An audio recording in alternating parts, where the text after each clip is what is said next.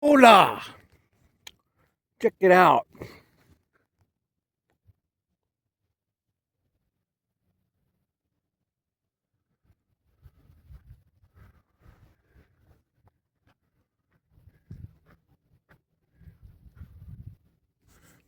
Guy could get lost here. Are you living in your own private Idaho? What is it, the B-52s?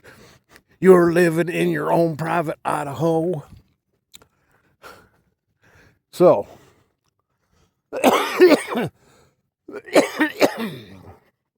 mean, hopefully you're living in your own appropriate, proper private Idaho and not somebody else's.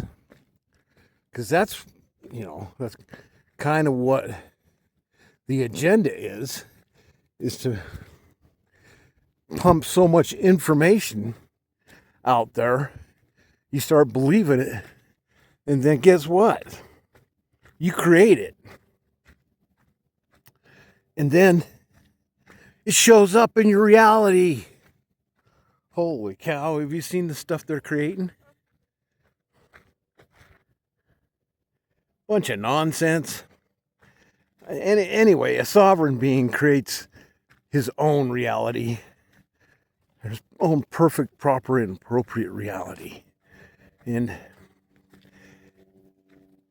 regardless of whatever is going on the outside, because you become detached to it, and therein lies the peace. See, look how peaceful it is.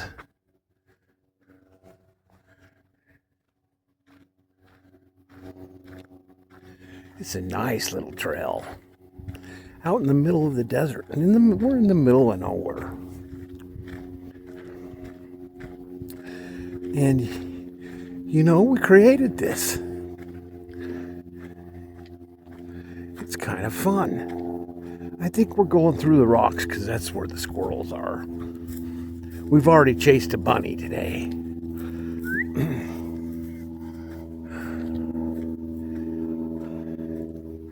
Check it out. So how do you know if you're living in your own proper and appropriate reality? Well, you should be able to tell by if there's discordant frequencies, vibrations, any type of discord in your life. And it's probably, unless you want to create that for yourself, which I can't fathom that anybody would, chances are that's what you're doing, because we are the creators. And if you listen to all this BS going on, I mean, are we aboard the Titanic? Probably. Well, let that fucker sink. I don't care. I got my own life raft, and everybody's welcome upon it. We can just create a new reality, one that's worth living into, where everybody prospers, everybody, and one of love, peace, joy, happiness, prosperity. Because really, there's enough for everybody. I mean, live in this Play-Doh reality simulation thing that you can pretty much mold it. So don't tell me there's this shortage. How could there be a shortage of infinite possibilities? It's infinite. Where did Scooch go? Oh, we're in a fun trail. Look at this place. I guess it's really not a trail, but hey, it is today. Because my own private Idaho is beautiful. How's yours looking? And walking is the best exercise. Go out and go for a walk. You got to move the lymphatic fluid, or else it becomes a cesspool. And no wonder you feel like crud. I guess you could go to the doctor and get some medications and then You know, I don't know, my experience last time I went to the doctor about killed me. So that's my experience. And I don't know if anybody's having the same experience, because it seems like the stuff that gives you just drops your immunity and you become more sick eventually. It might reduce the symptoms for a little while, but it sure doesn't get to the root of the matter. Vibrational healing does, though. Like vibrational healing, let's give you an example. You ever seen that movie Mars Attacks? And they're sneaking up with the big old ray gun behind Grandma. She turns around and accidentally unplugs the headphones, and out comes some yodeling MFer and then all of a sudden it vibrates their heads and their heads explode. Yeah, that's what vibrational healing does. It gets rid of all the nonsense that doesn't belong to you. And then what you're left with is your true, authentic self. And when that happens, you become like untouchable, because there's nothing interfering with who you really are. Baxter, Scooch, come on. Come on.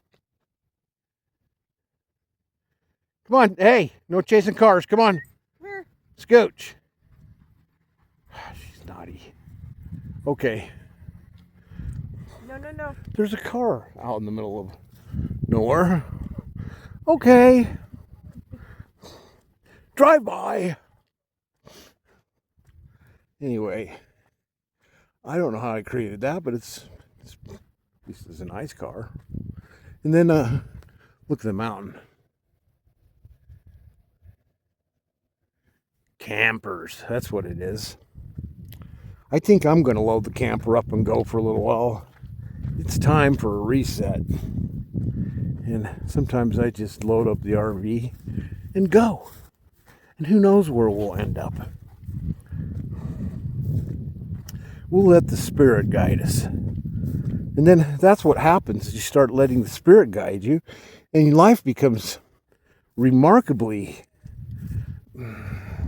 entertaining. It just really does. You never know what's going to happen. It's kind of like a Jedi following the Force. And remember when Anakin stops his speeder in the middle of the air and says, "Oh, what are you doing now, Anakin?" And he jumps out. And he's following the Spirit.